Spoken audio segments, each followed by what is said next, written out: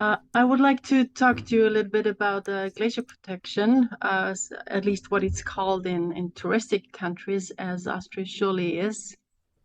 And we all know that snow is becoming really rare, and this picture should show how people are really desperate in touristic areas to bring here snow to all the winter skiing areas. And these pictures are quite popular when they produce artificial snow, even at very warm temperatures, just to extend the winter season. So there are just like armies of snow machines everywhere, but we also have to address ourselves because we just love to ski until the very last rest of snow, as you can see on the right picture. So the Alps without glaciers, and I think this is also quite well known in Iceland, how the glaciers, or what's the perspective now of the glaciers. And in the middle of the Alps, we count with the disappearance of the majority of glaciers by 2050. And we had really tough seasons in the past with low snowfall, really warm temperatures, but also with these very high Saharan dust depositions, as it just happened in the past 2-3 weeks here in Austria, which really accelerates to melt the snow due to the dark color.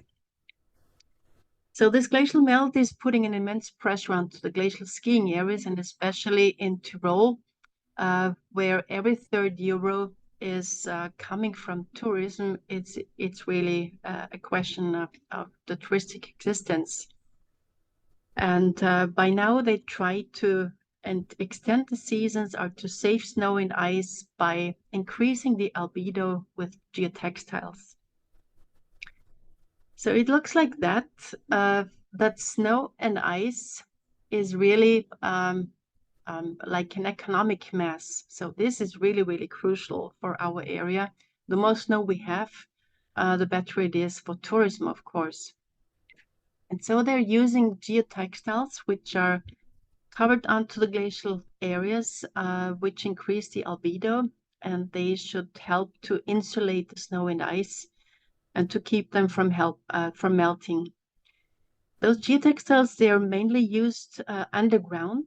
For example, if you want to build streets or, for example, tram lines, they use these geotextiles, which are made of polypropylene. This is an endless fiber, and they expose it from May to September. And before the next big snowfall, they try to roll it back in again. It is UV stabilized, as you can reckon that it must be in these altitudes above 3,000 meters, but it has really reflection up to 78%.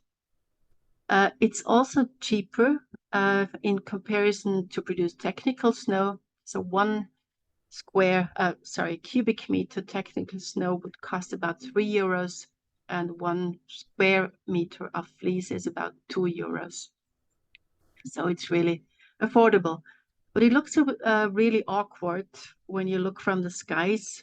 So what you can see here on the lower half of this pictures, these are all geotextiles, which are just exposed onto the glacial area to prevent it from melting.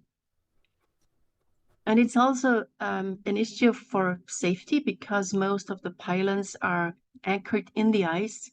And now with the melting of the ice, the safety and the stability is not given anymore. So they really have to secure this a bit better. And it looks like that during the course of the summer, that it's like altar-like or table-like what is remaining. But it also changes the conditions, of course, underneath this fleece. So for microbial communities which are thriving in snow and ice, they find completely different conditions. So the light is different, the nutrients, of course, and the temperature. So we see a reduction of the biological activity by 93%, which is mainly due to the washout of a lubricant, which the manufacturer has to add during the production process. And it is water soluble, and it's also hazardous for drinking water. And it's like in a first flush for tea. So when the first rainfall takes part in high altitudes, it's washed out and released into snow and ice. So what happens after this summer? So what was clearly flat at the beginning when it was laid out, it really helps then to conserve ice and snow. And we have a really nice outdoor lab at Stubai Glacier at an altitude of nearly 3,000 meters, where we really find a good success rate of about 4 meters of insolation in more than 100 days. And this is really, really helpful. So this is good news for the touristic people. And I hope you can see here the animation. Yeah. So we had a time-lapse camera here by a colleague of mine watching these test fields. So this is a loop, and you can see how snow and ice are melting and how the covered areas are being left behind. And this is also the purpose of it. So we're asking ourselves, is this now a blessing or a spell? If you look underneath those fleeces, when you roll them back in autumn or in late summer before the first big snowfall, the downside is that the glaciers really become a fur, so we say. And this is a massive source of microplastics because the polypropylene fibers, they get stuck on the ice or they get just embraced by these extreme conditions in high altitudes, and they get just transported everywhere by wind and also meltwaters. And this is, of course, a really threatening situation. So you can see here this little piece of snow where the fibers are just stuck onto it. And they get dispersed everywhere.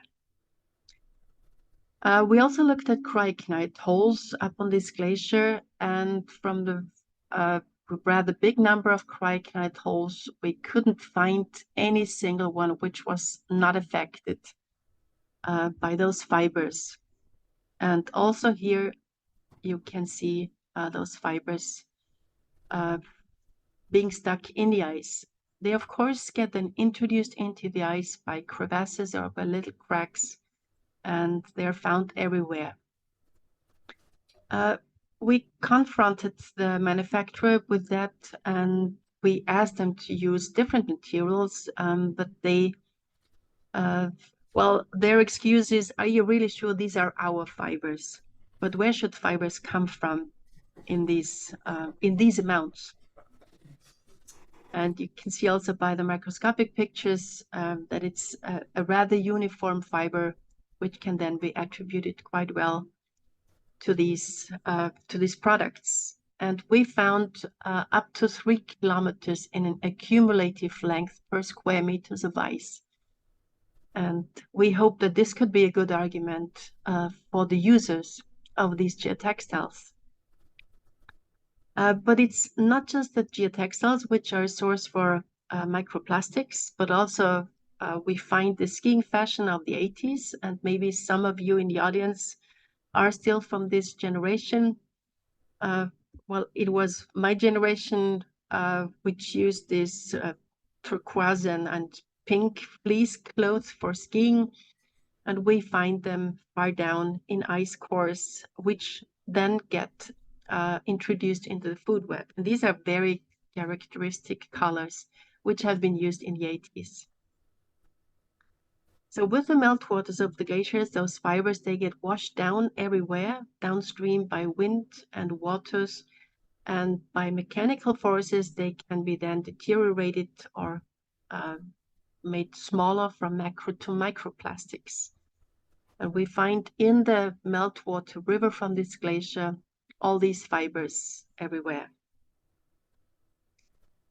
And the macroinvertebrates living in these glacial meltwaters, which are adapted to really extreme conditions and who have a really harsh life anyways, they then introduce or incorporate these pieces of fibers because they take it wrongly as nutrient particles, and they might have then irreversible damages. So we can have the damages of on a lethal consequence if they intake it orally, or you can have an accumulation which can clog up in organs. You can alter the physiology, for example, of microbial biofilms due to the plastics and due to the additives which are added to the plastics. Some microbes, they can increase the expression of antibiotic resistance genes. There were also studied that the photosynthesis apparatus in algae can be damaged. And of course, we have negative effects by the additives, like these UV stabilizers, as they are used for the geotextiles, for example. So these are really damages in the environment, but also we humans, or us humans, were already part of the plastic cycle.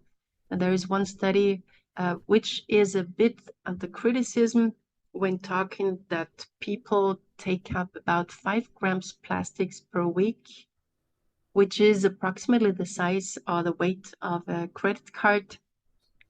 And even if this number is not correct, just by the fact that we uptake plastics every day, just by our food, just by breathing, and just by drinking bottled water is bad enough.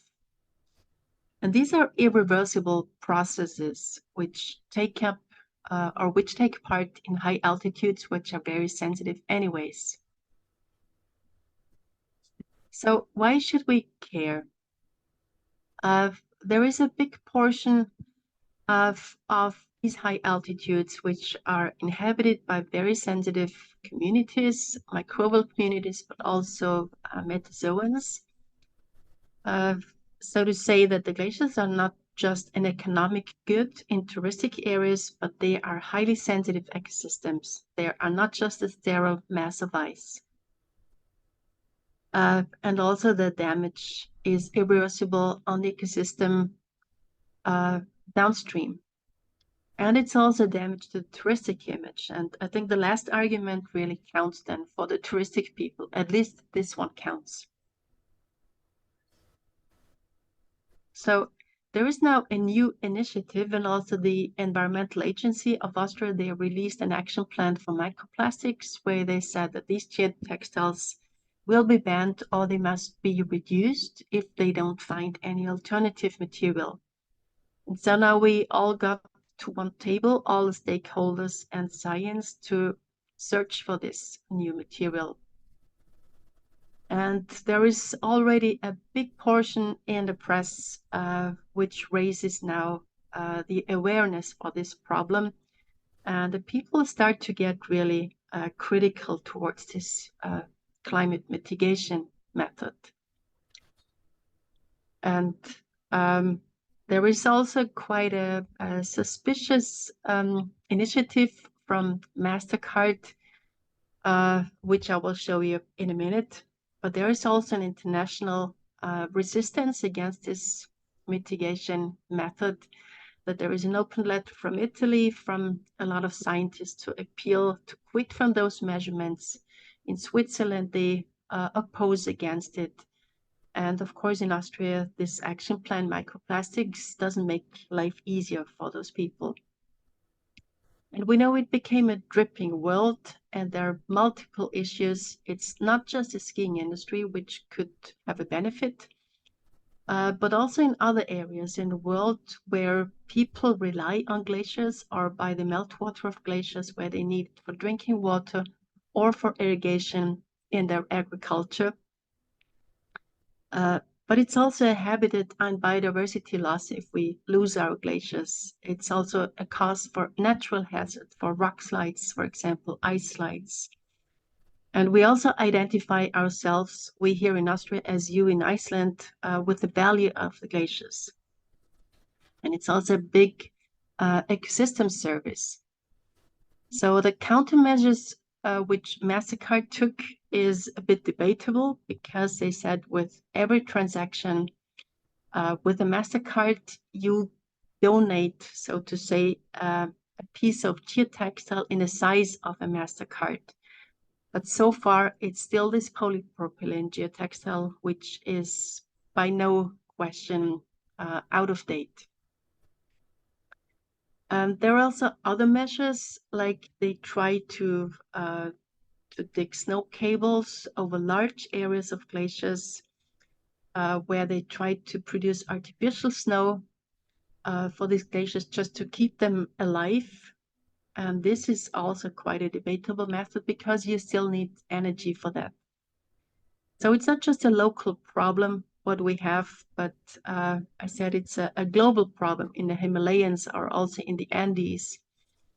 And some areas have already been located where the snow production without energy consumption, it would be feasible just by hydropower.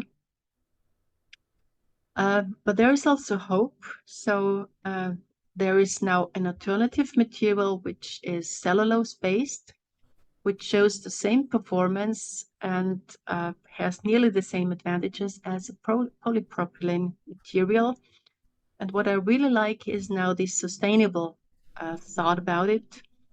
And there is also an upcycling. So maybe some of you know the artist Michelangelo Pistoletto from Milan. And he created this logo where he says the fiber of cellulose comes from the wood. Then it goes onto the glacier, covers the glacier, and then the skiing operators, they can give back the used cellulose fleece to the producer. It's like a deposit system. They rip it up, recycle it, make new yarn, and they produce fashion. So now they are in contact with designers from Milan, where they produce jackets and also pants, for example. So that's a true sense for upcycling of this glacier blankets. However, it's still this question about the carbon footprint. We have to bring up this material. There is, we just delay all the melting. And we really have to ask ourselves, to which extent can we really intervene? Is it still ethical to change these environmental changes? How much can we really intrude these habitats, these ecosystems, just by laying out blankets? And we just delay this inevitable that the glaciers will be gone by 2050, approximately. And this is also an appeal for the position of a scientist, that we not just produce data, but we also must have an environmental conscious, that we also need to expose ourselves, and we have to get into discussion with the stakeholders, and we must leave our comfort zone, even if it's sometimes uncomfortable. But we really can move something for these very sensitive high altitude areas. And I think that's a crucial message for young scientists as well. And by that, I want to thank you for listening, and thank you for having me. Thank you very much.